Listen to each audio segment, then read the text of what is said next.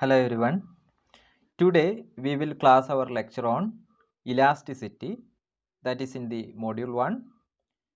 In this slide you can see the syllabus for the subjects, that is the stress strain, Hooke's law, different type of model, elasticity, the modulus of elasticity, etc. So in physics or in material science, it is the ability of the body to resist a distorting influence and return to its original size. That is called the elasticity. So it is the ability of an object or material to resume its normal size and shape after the deformation force is removed. The simple definition of the elasticity. The solid objects which will deform when an advocate load or force is applied on them, and if the material is elastic, the object will return to its initial shape and size after the deforming force is removed or after the load is removed. This is in contrary to contrast with plasticity, where the object fails to do so and instead it remains in the deformed states. So this is this is about the elasticity and plasticity. So in this module we will be discussing mostly about the elasticity, where we'll discuss what is elasticity, what is different type of elasticity, what is different type of deformations forces depending on when you are applying longitudinal, volume or angular stress, strain, etc. Of course we will discuss about different application of these elastic materials in our daily life, how this what is the importance of this modulus of elasticity when you design a bridge or when you discuss about a different material for particular application, how much load it can afford. All those things come under this elasticity. So we will be discussing about all these things in this module. So today we will start with the introduction lecture to elasticity. A rigid body is a body in which the separation between the constituent particles does not change. It never get deformed. But in nature, there is no body which is perfectly rigid body. So when an external force is applied to a body, it gets deformed in shape or size. So the property of matter by which a body tends to regain its original shape and size after the deforming forces are removed is called the elasticity. The elasticity is due to the intermolecular forces between the constituent particles of the body. It completely regains its original shape and the work done in deformation is completely stored as potential energy in the body. A perfectly elastic body is the one in which it remains unchanged by the prolonged application of that force, and the body completely regain its original size and shape after the removal of the force. So those are called the perfectly elastic materials. For example, quartz fiber or rubber. So this kind of material, it can completely regain its original size and shape after the deforming forces are removed. There are materials which are called plastics, which remain deformed states even after removal of the external force, so that we can change to different shapes. So this plastic material can be deformed to different shapes. So that is also an advantage of that material. For example, putty, clay, etc., which belongs to plastic materials. Now we can define elasticity is a branch of physics which studies the properties of elastic materials. And a material is said to be elastic if it deforms under stress. For example, an external modulus under stress. So there is an stress to deform the particular object, but then it returns to its original shape when the stress is removed. And the amount of deformations happen due to the stress is called strain. So what is stress and strain? We will discuss in detail in the following slides. So what is stress? So when an external force are applied on a body, it gets deformed. Due to these deformations, the intermolecular forces inside the body may develop some restoring forces within the volume of the body which oppose the external deforming forces. So the internal restoring force per unit area. So the internal restoring force per unit area, which is called the stress. So that is meant by stress. There are different types of stress. So we can say that the stress is the internal resistance offered by the body to external load applied to it per unit cross-sectional area. So that is the definition. So the internal resistance which is offered by the body per unit cross-sectional area. There are different types of stresses. The first one is called longitudinal stress. So when stress is normal to the surface or area of the body, which is called the longitudinal stress. It itself, there are two types. One is called the tensile stress. In tensile stress being pulled apart, which result in the increasing length of the object, whereas in compressive stress, the object being pushed together so that there will be a decreasing length.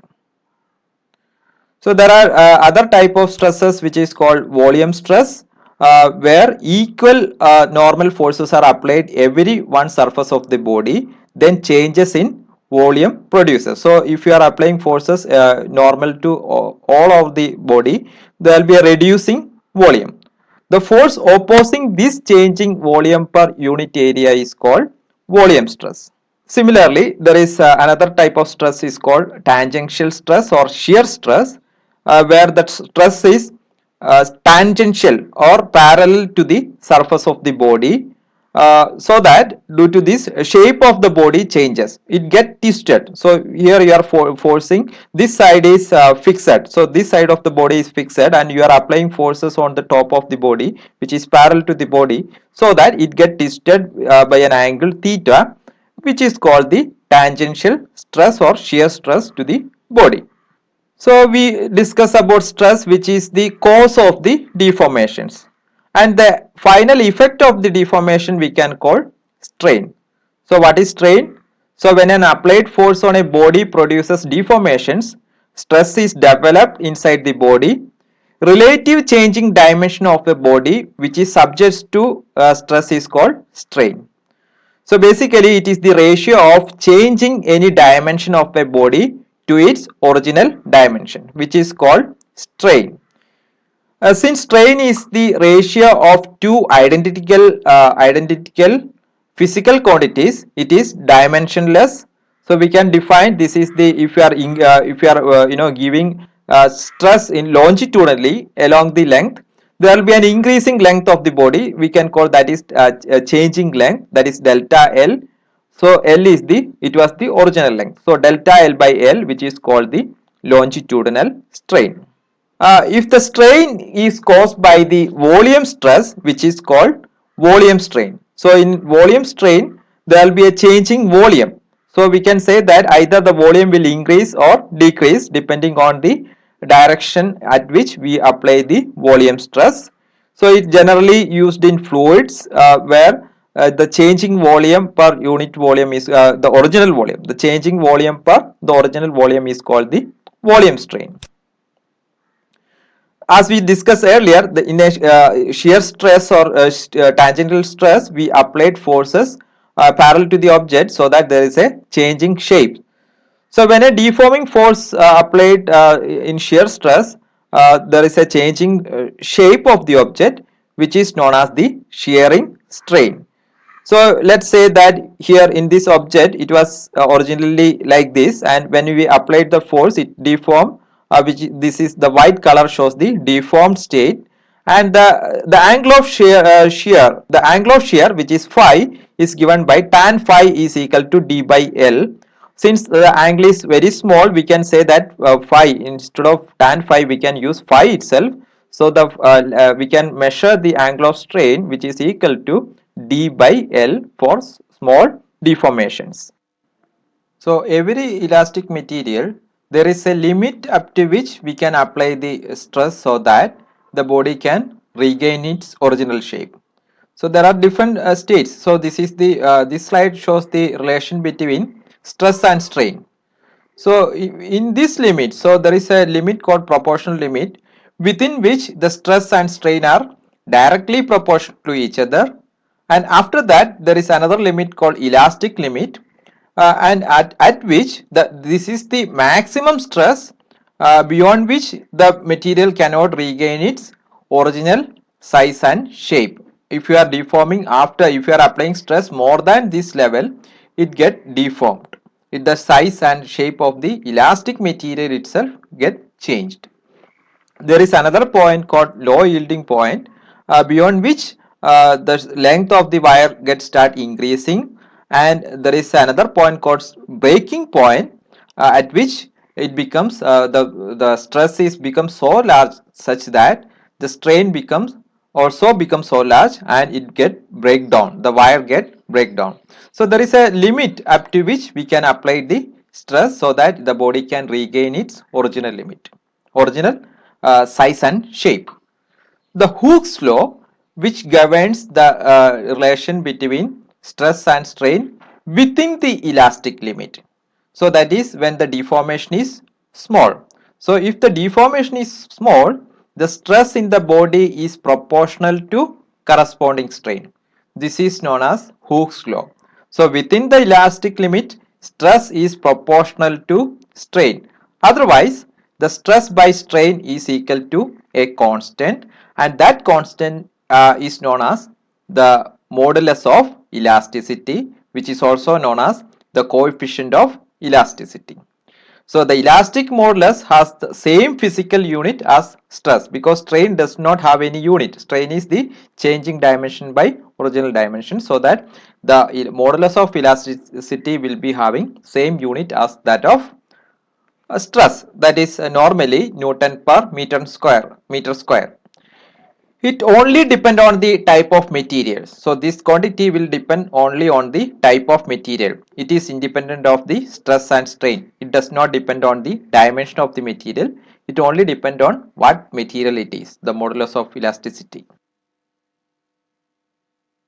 Now we will consider a particular example which we can relate, that is a spring is holding a weight and we are deforming this one, and if you are using this weight, it get deformed. So there is because of that there is a restoring force, that is the restoring force in order to balance this, and that restoring force per unit area is called stress. Tensile and compressive stress. So in tensile, stress occurs when equal and opposite forces are directed away from each other. So that in that case the length will increase. Whereas in compressive stress occurs when equal and opposite forces are directed towards each other, which causes the reduction in length. And the stress, we define the stress which is the restoring force per unit area. So we can define stress is equal to force per area, which is the unit Pascal or Newton per meter square, whereas the strain is the relative changing dimensions of the body. As a result, there is no unit for strain.